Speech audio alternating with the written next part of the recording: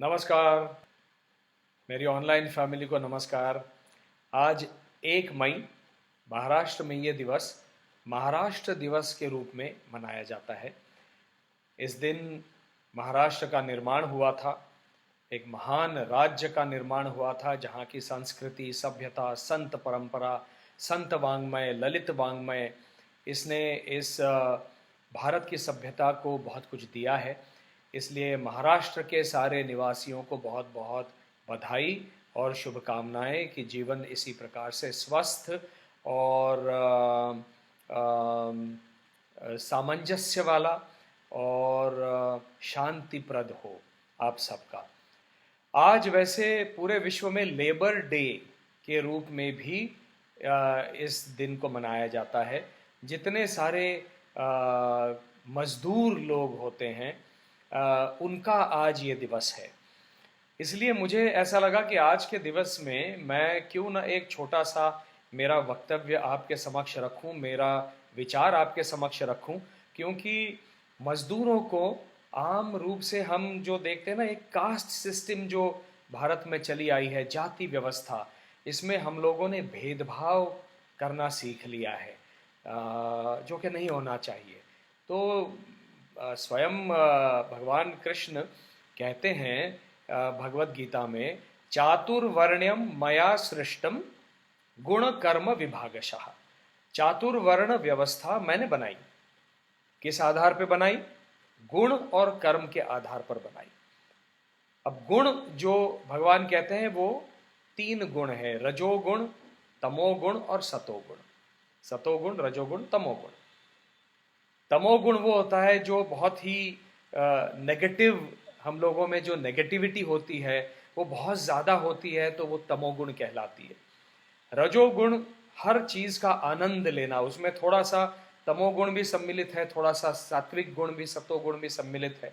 और इस सब से जितनी भौतिक चीज़ें हैं इनसे दूर जाकर ऊपर उठकर जो एक गुण मनुष्य में होता है, जो सन्यासियों में, संतों में होता है, दिखाई देता है, वो है सतोगुण। और हम में से प्रत्येक व्यक्ति जो साधारण जो जीवन जी रहा है वो इन तीनों में से, इन तीनों का या कम से कम 2 गुणों का मिश्रण होता है।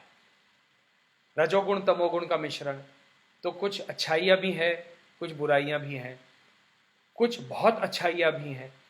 तो ऐसे लोग होते हैं और इनके आधार पर हमारे में जो गुणों का मिश्रण है, इसके आधार पर हम अपना कर्म निर्धारित करते हैं।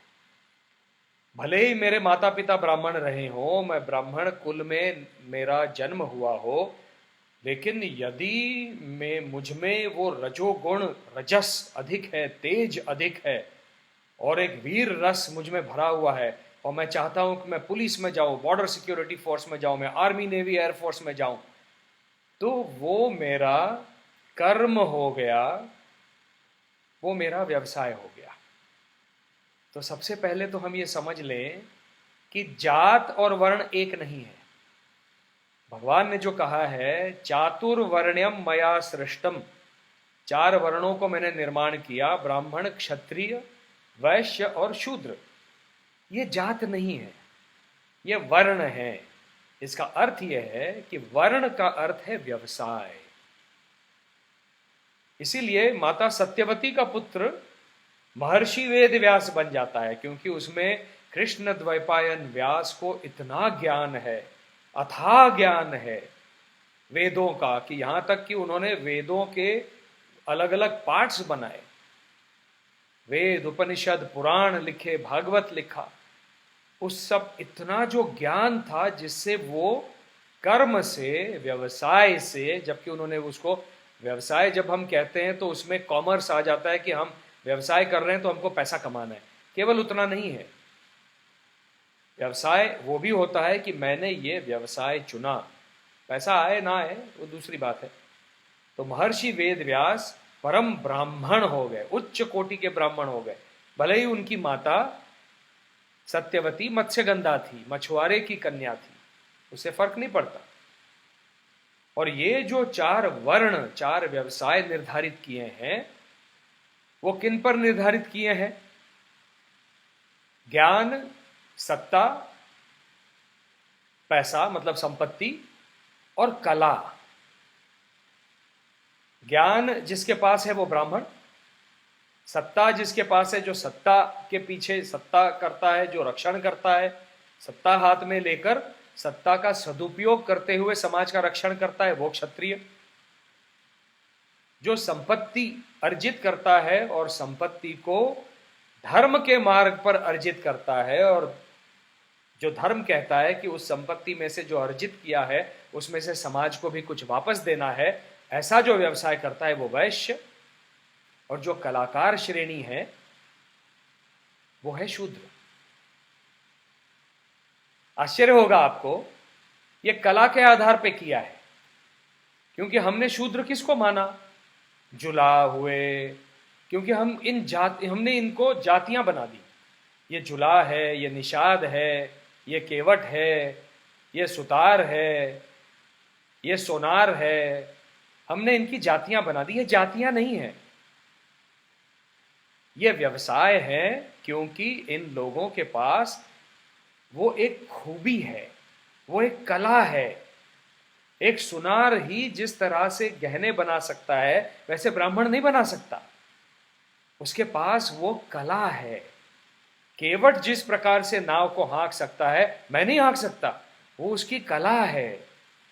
सुतार जिस प्रकार से सुतार काम करता है, जो लकड़ी काट कर काम करता है, बहुत बढ़िया बढ़िया फर्नीचर बनाता है, वो मैं नहीं कर सकता, वो उसकी कला है।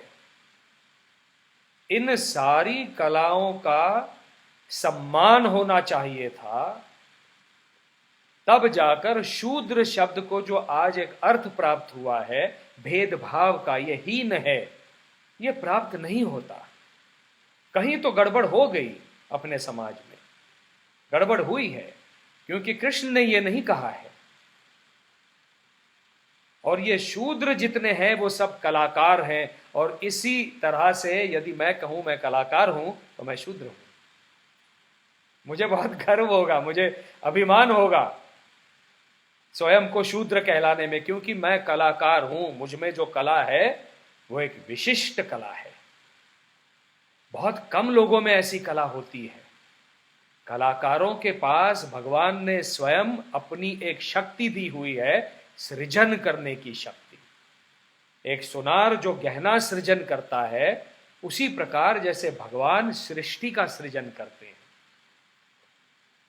एक कलाकार के रूप में एक संवाद लेखक जब संवाद लिखता है, एक चरित्र को खड़ा करता है, फिर मुझ जैसा एक कलाकार उस चरित्र को अभिनीत करता है, तो हम सब के पास सृजन की शक्ति है, जो कि स्वयं भगवान की शक्ति है। और हमने क्या कर दिया? जिनका सम्मान होना चाहिए था उनको हमने हीन समझना शुरू कर दिया। उत्तर भारत में मैंने कई बार यह शब्द सुना है, अरे वो तो मरासी है। मरासी मतलब कलाकार, गाने वाला, जिसके पास कोई संगीत की कला है, गाने की कला है, कोई अच्छा तबला बजा रहा है, कोई सतार बजा रहा है, अरे वो तो मरासी है। हीन भावना से लोग बोलते थे, आज भी बोलते होंगे। कहीं तो गड़बड़ हुआ है। आज के लेबर डे के दिन मैं सबको कहना चाहता हूं कि मैं गौरव अनुभव करता हूं कि मैं कलाकार हूं, और गीता की परिभाषा से यदि कलाकार शूद्र है तो मैं शूद्र हूं, मैं गौरव अनुभव करता हूं। इसलिए आज के दिन मुझे ऐसा लगता है कि हमको किसी प्रकार से समाज में भेदभाव नहीं करना है। लोग कहते हैं मैं ब्राह्मण हूं, ब्राह्मण की परिभाषा क्या है? उनको पता भी होता है ब्राह्मण की परिभाषा क्या है। जो ब्रह्म की खोज करता हो, जो ब्रह्म को समझ पाया हो, वो ब्राह्मण है। महाराष्ट्र के महान संत एकनाथ महाराज कहते हैं, ब्रह्म जाने तो ब्राह्मण, एका जनार्दनी पूर्ण, ब्रह्म जाने तो ब्राह्मण। स्वयं एकनाथ महाराज जी कहते हैं। और ब्रह्म मतलब भगवान, वो शक्ति जो मनुष्य से परे है। ये योग वशिष्ठ में ये शब्द आता है, जब ब्रह्मा विष्णु महेश नहीं बने थे, ब्रह्मा विष्णु महेश नहीं बने थे तो भगवान का नाम उपनिषदों में, वेदों में ब्रह्म था। छांदोग्य उपनिषद में भी कहा है और योग वशिष्ठ का अंतिम शब्द कहता है, यत् सर्वम खलु इदम ब्रह्म तज्जलानिति च स्फुटम तस्मै श्री ब्रह्मात्मने नमः। यत् सर्वम, ये जो सब कुछ दिखाई दे रहा है, खलु इदम, सच में वो वास्तविक रूप से वो ब्रह्म का स्वरूप है। उसमें चर अचर सब कुछ आ गया, पत्थर भी आ गए, शिला भी आ गई, पशु पक्षी प्राणी मनुष्य, द्विपाद चतुष्पाद, पेड़ पौधे, लता कुसुम, सब कुछ आ गया। ये सब कुछ जो दिखाई दे रहा है वो वास्तविक रूप से ब्रह्म का स्वरूप है, भगवत स्वरूप है, भगवान का ये रूप है। तस्मै श्री ब्रह्मात्मने नमः। उस ब्रह्म को मैं नमस्कार करता हूं, इन सब चीजों का नमस्कार करता हूं। ये जो समझता है, इसका जो प्रचार प्रसार करता है, इस वाक्य को जो आचरण में लाता है और भगवान को समझने का प्रयास करता है, वो है ब्राह्मण। केवल 2 श्लोक बोलने से कोई व्यक्ति ब्राह्मण नहीं होता और ब्राह्मण कुल में जन्म लेने से एक व्यक्ति ब्राह्मण नहीं होता। गीता की परिभाषा में ये 4 वर्ण भगवान ने इसलिए बनाए कि रथ के 4 पहिए हैं और कोई भी रथ पहियों के बगैर नहीं चल सकता। इसमें से 2 पहिए, अब क्षत्रिय हैं, क्षत्रिय लोग सत्ता का यदि दुरुपयोग करने लगे तो वो क्षत्रिय नहीं कहलाएंगे। सत्ता दुर्बल लोगों को सबल बनाने के लिए आपको दी है, दुर्बल लोगों की रक्षा करने के लिए दी है। एक वैश्य को संपत्ति अर्जित करने की बुद्धि इसलिए दी है कि वो संपत्ति अर्जित करे, धर्म मार्ग से करे, लोगों को लूट कर ना करे, और जो अर्जित किया है वो समाज को वापस भी दे। कलाकार को कला इसलिए दी है कि या तो वो लोगों के कपड़े बनाए, जूते बनाए, गहने बनाए। कितनी सारी जातियां हैं, कितने सारे वर्ण हैं। जाति, फिर से देखिए कितना हम लोग आदी हो गए जाति कहने के। ये वर्ण है, ये कलाकार लोग हैं। मैं कलाकार हूं और इसीलिए कला मुझे इसलिए दी है कि लोगों का मनोरंजन करूं और जो शास्त्रों में मैंने पढ़ा है, जो सही मुझे लगता है, वो मैं समाज तक पहुंचाऊं। ये मैं ब्राह्मण का काम कर रहा हूं, ज्ञान देना। केवल मेरे माता पिता ब्राह्मण थे इसलिए मुझे ब्राह्मण कहलाने का अधिकार नहीं मिलता गीता की परिभाषा से। ये 4 पहिए रथ के जब साथ में चलेंगे, गाड़ी है आज प्रत्येक के पास, एक टायर पंक्चर हो जाएगा तो गाड़ी चलेगी। हमने उस शूद्र नाम के टायर को पंक्चर क्यों कर दिया? हमने उसे हीन क्यों समझा? वो कलाकार है, उसकी कला वो ना दिखाए, समाज के लिए उपयोग में ना लाए तो समाज नहीं चल सकता। हिंदू समाज में ये गलत धारणाएं आ गई, लोगों ने सत्ता का दुरुपयोग किया। सबने, तीनों जातियों ने उनको सवर्ण कहलाया। कोई इसमें वर्ण सवर्ण नहीं है, सारे वर्ण एक समान है। सवर्ण शब्द गलत है मेरी दृष्टि में। शूद्र को हीन मानना गलत है मेरी दृष्टि में, क्योंकि शूद्र मतलब कलाकार, जिसके बगैर समाज नहीं चल सकता। इसलिए देखिए अलग अलग मतलब जो आज हम वारकरी संप्रदाय देखते हैं, वो लोग कौन होते हैं? इस समाज को चलाने वाले लोग होते हैं। वो भागवत को अपना, भागवत महापुराण को अपना ग्रंथ मानते हैं, उसकी पूजा करते हैं। और भागवत संप्रदाय भी उसको कहा जाता है, वारकरी संप्रदाय को, जो बहुजन समाज का संप्रदाय बन गया है। देखिए कितना तुलसी की माला पहनते हैं, वेजिटेरियन खाना खाते हैं, नॉन वेजिटेरियन खाना नहीं खाते, शराब नहीं पीते, सिगरेट नहीं पीते, बीड़ी नहीं पीते। इतना शुद्ध आचरण रखने वाले और भगवत प्राप्ति की इच्छा रखते हैं, कामना रखते हैं, बुरा काम नहीं करते। क्या वो ब्राह्मण नहीं है? वही ब्राह्मण है। इसलिए आज मैं लेबर डे के दिन मेरे सारी ऑनलाइन फैमिली से कहने जा रहा हूं, आज से भेदभाव अगर मन में परंपरा से चला आया हो, उसको निकाल दीजिए। मनुष्य मनुष्य समान है, मनुष्य प्राणी समान है, मनुष्य नियति समान है, मनुष्य प्रकृति समान है, सब कुछ समान है।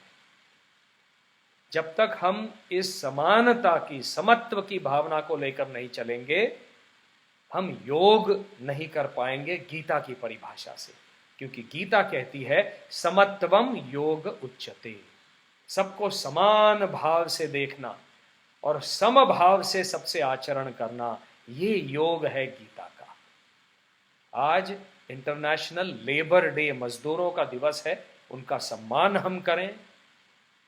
कोरोना ने हमको दिखा दिया है ना, आज हमारे घर में अगर काम करने कोई नहीं आता तो हम झाड़ू भी कर रहे हैं, लगा रहे हैं, पोछा भी कर रहे हैं, हाँ, खाना भी पका रहे हैं।